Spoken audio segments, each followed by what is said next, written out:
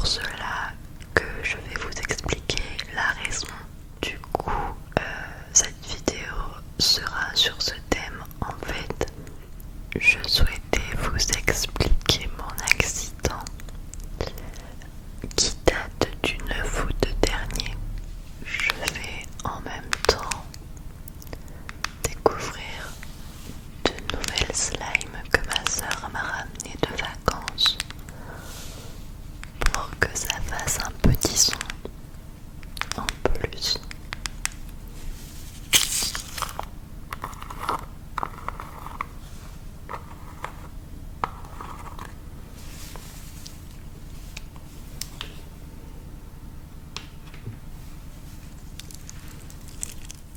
Alors, par où commencer? Donc, le 9 août dernier, j'étais sur ma tournée de factrice. Pour ceux qui ne savent pas, je suis factrice en stabi, c'est-à-dire une sorte de scooter à 3 roues. Je pense que tout le monde en a déjà vu parce que ça commence à être un peu connu. Dans chaque bureau de poste, il y en a, je crois. Bref, et c'est mon moyen de locomotion en fait sur ma tournée. Et du coup, si vous voulez, je me retrouvais dans ma tournée comme d'habitude et j'arrivais sur une rue que je prends tous les jours pour accéder à une autre rue qui fait partie de ma tournée.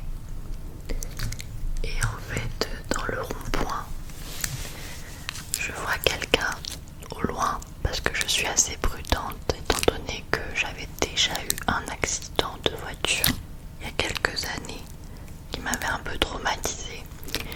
Je suis plutôt peureuse et je regarde dans mon rétro et je vois une voiture arriver un petit peu vite dans le rond-point. J'hésite même, si vous voulez, à tourner dans ma prochaine rue à gauche car je me suis dit elle va pas me voir, c'est pas possible. Donc je mets mon clignotant et là j'entreprends de tourner tout simplement. Et là je regarde dans mon rétro et je la vois arriver à pleine vitesse dans l'optique de me doubler. Donc je tournais à gauche et elle commence à aller sur la voie de gauche pour me doubler. Et là je me suis dit je vais mourir. J'ai eu vraiment très très peur. Et là donc trou noir. Je n'ai toujours pas le souvenir du choc. Et je me vois après debout avec le cœur qui battait à 100 000. Les mains posées sur le coffre du scooter en état de choc. Et du coup là il y a tout le monde qui s'arrête, hein. Beaucoup de gens. Il y avait un salon de coiffure en face, donc cette personne a appelé les secours. La police a été prévenue aussi, mais je crois que de toute façon c'est automatique à chaque accident puisque là on bloquait la circulation. Et il y a des gens qui se sont arrêtés pour me demander comment ça allait. Alors pour être tout à fait honnête, sur le moment je me suis énervée beaucoup. J'ai crié mais elle est folle, enfin j'étais agacée, mais bon finalement j'avais raison. La dame me demande même pas comment je vais. Sur le coup elle me dit vous vous êtes déporté en hurlant. Et là je vois tout flou de cet œil. Je me dis mais j'ai du sang, il y a quelque chose qui va pas à mon œil. Et en fait elle me dit non vous avez une plaie. Donc en fait je comprends que le sang qui coule de ma plaie qui est maintenant réparée entre guillemets, le sang coulait dans mon œil si vous voulez. Donc j'ai eu assez peur. Je me suis regardée dans le rétro de mon scooter qui était au sol évidemment. Et là j'ai pris peur, j'avais un trou en fait à ce niveau là dans la tête, un trou avec la peau qui pendait et du sang. Enfin c'était assez traumatisant sur le moment. Et en fait on m'a fait m'asseoir contre un mur dans la rue. Et j'ai eu de la chance, en fait il y avait une dame secouriste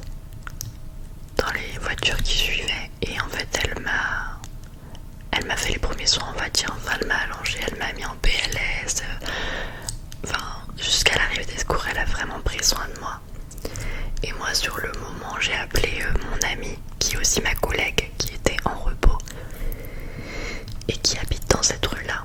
Donc elle est venue avec son fils. Alors son fils, en me voyant, il était traumatisé, il hurlait, il pleurait.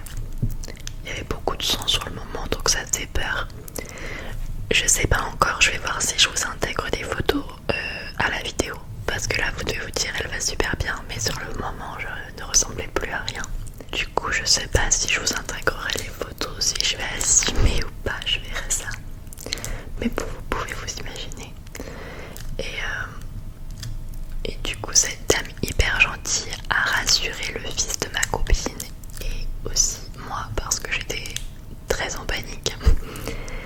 En fait j'étais vraiment sous le choc et je savais pas ce que j'avais sur le moment. En fait l'adrénaline fait qu'on ne sent pas trop les douleurs et on se rend juste compte qu'on est en vie mais qu'on sait pas trop ce qu'on a.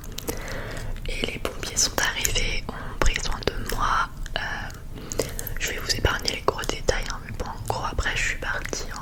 Donc ma copine a prévenu ma famille et je suis partie donc dans le camion de pompiers.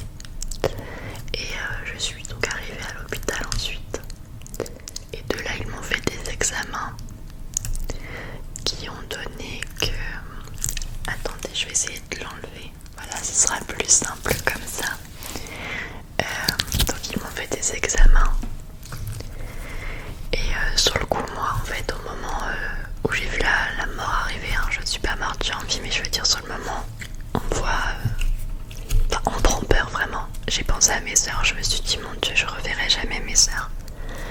Ça m'a fait tellement de peine. C'est horrible, je me rends compte que si j'étais plus là, la dernière pensée c'est ça, c'est horrible, mais bon. Et du coup, je l'ai dit à mes soeurs, j'ai dit oh là là, j'ai tellement eu peur de vous perdre, de plus jamais vous voir. Elles aussi, elles étaient vraiment choquées. Donc comme vous le savez, je suis très très proche de mes soeurs. Donc suite aux examens, j'ai eu les deux côtes cassées à droite, enfin deux côtes cassées à droite, la main cassée ici en fait si vous voulez, et puis donc traumatisme crânien avec 3 points de suture sur ma plaie. Et en fait c'était un interne qui m'a fait les points et je pense qu'il devait pas être là depuis longtemps, il était un peu angoissé tout ça, enfin, ça m'a pas trop rassurée. Et finalement, quelques semaines après, quand j'ai fait enlever, ou quelques jours après, je sais plus, quand j'ai fait enlever les points, elle m'a dit qu'ils n'avaient pas été très bien faits, effectivement, et que ça me laisserait une marque. Là, vous voyez pas trop, je me suis maquillée, mais que ça me laisserait sûrement une marque à vie. Mais vu que c'est un accident de travail, si vous voulez, dans 1 an, parce qu'une cicatrice évolue pendant 1 an, si elle ne me plaît toujours pas, je peux la faire reprendre chez un chirurgien. Ils font ça, je ne savais même pas. Et du coup ce serait pris en charge donc, pour l'accident de travail quoi du coup. Donc je verrai à ce moment-là. Parce que pour l'instant démaquillée j'ai un peu de peine à l'accepter. Bon, pour certains c'est pas grand chose, mais là on se rend pas compte, elle est vraiment rouge et pas très jolie. Donc voilà, mais bon c'est pas grave comparé à ce que j'aurais pu avoir vraiment. Et du coup évidemment j'ai dû aller vivre chez ma petite sœur, chez qui j'avais vécu pendant le confinement, parce que je ne pouvais pas me toucher toute seule, faire plein de choses toute seule. J'avais donc le bras dans le plâtre, hein, je saute des étapes, mais voilà. Et du coup elle a dû s'occuper de moi pendant à peu près 1 semaine et demie, 2 semaines. Donc la pauvre devait tout me faire à manger, me laver, enfin c'était vraiment handicapant quoi. Et les gouttes, ça fait très mal, je sais pas si ça vous est déjà arrivé, peut-être, mais ça me réveillait la nuit, chaque mouvement c'était une douleur atroce. Donc j'étais sous tramadol toutes les 6 heures, ce qui m'a beaucoup aidé je pense à supporter la douleur, malgré qu'elle était toujours présente. Et c'est surtout le choc psychologique, parce que pendant quelques nuits je me réveillais en faisant un sursaut, vous savez, comme quand on tombe dans le vide pendant nos rêves.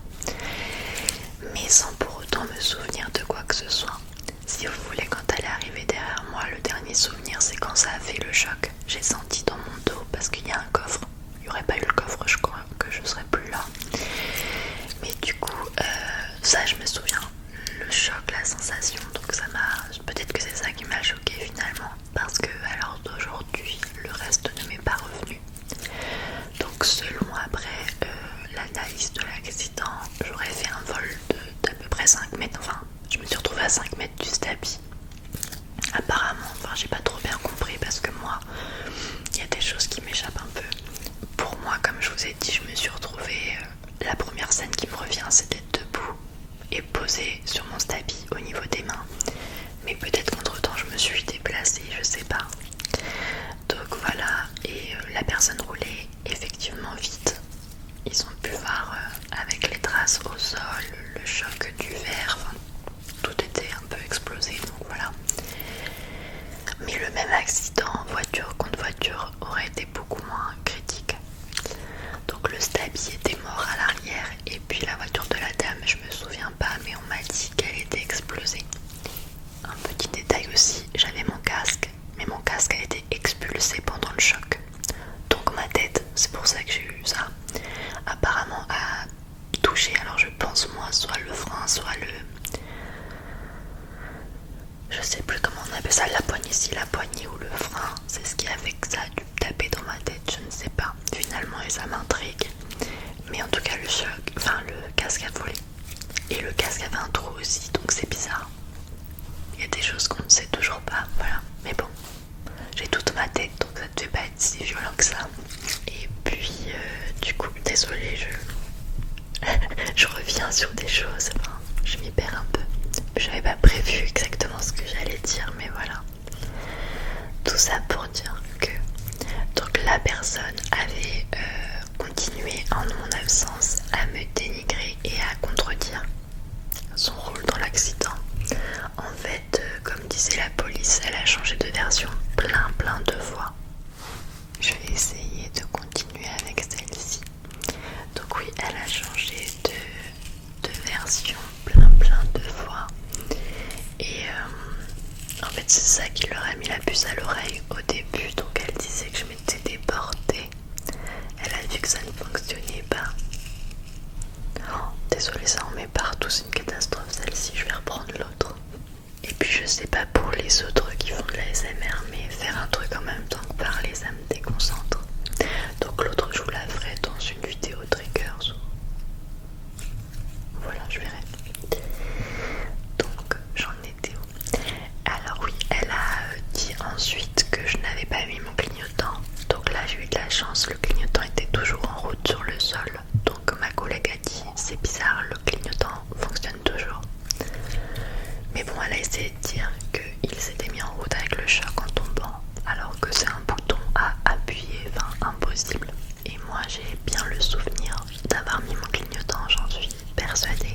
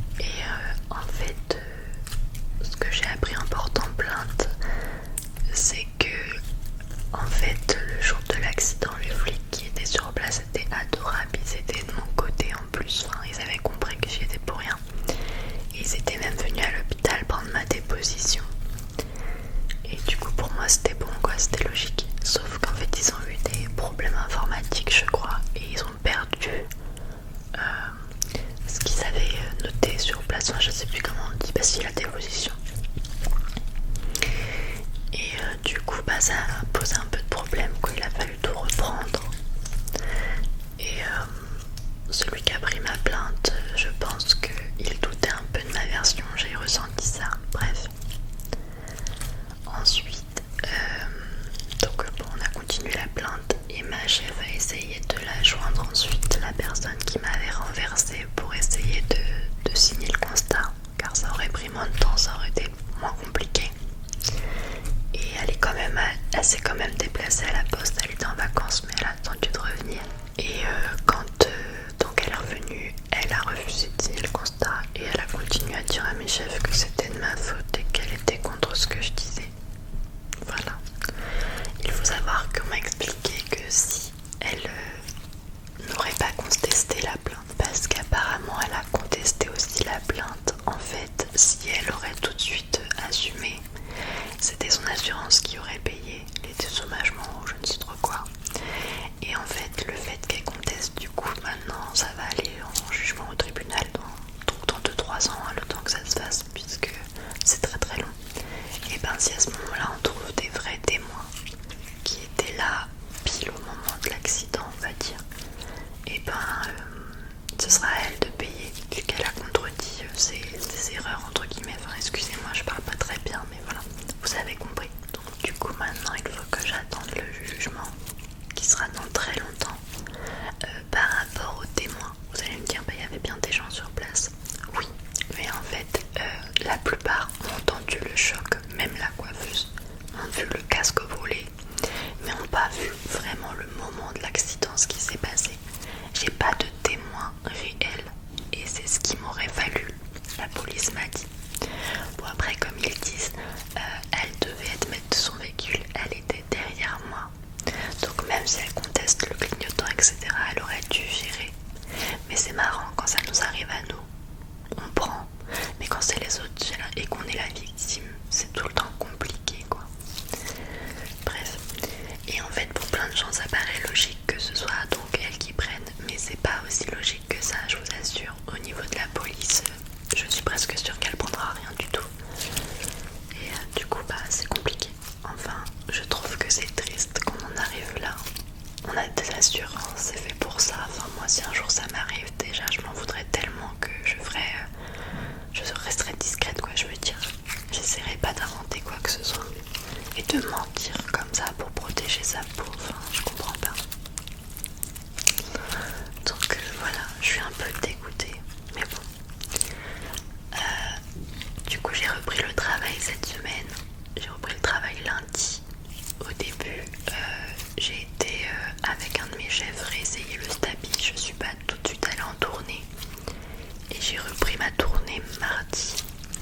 Donc ça a été à peu près, mais je suis toujours angoissée parce que je l'étais déjà avant au volant. Donc je regarde un peu tout mon environnement. Quand quelqu'un me colle de trop près, je suis pas rassurée. J'ai un peu de mal à m'engager aussi. Mais bon, je peine pas au point que j'aurais cru. Ça va. Ensuite, pendant mon arrêt, vous savez, il y avait une réorganisation à la poste. Ce qui arrive pas tout le temps, mais tous les 2-3 ans, je crois, je ne sais plus. Peut-être même 4. Et quand il y a des réorganisations, il y a des tournées qui sautent. Ça veut dire des tournées qui ne vont plus exister et donc le titulaire perd sa tournée et redevient donc soit remplaçant ou soit il faut qu'il se retrouve une tournée. Et c'est sur moi que c'est tombé, on m'a fait sauter ma tournée. Enfin, il n'y a pas eu que moi, mais voilà. Du coup, à partir de mi-janvier, je perds ma tournée. Donc je m'étais fait des relations forcément avec mes clients. Je m'étais habituée à ma tournée, etc. Donc j'en avais un petit peu marre parfois de ce que je faisais. Mais de là, vraiment, à tout perdre comme ça, je m'y attendais pas. Donc j'hésite soit à changer complètement, c'est-à-dire passer facteur guichetier. Enfin, c'est pas totalement changer, mais du coup être au guichet plus faire une petite tournée. Il y a un poste comme ça. Donc je vais voir et sinon reprendre une autre tournée car c'est hors de question que je redevienne remplaçante.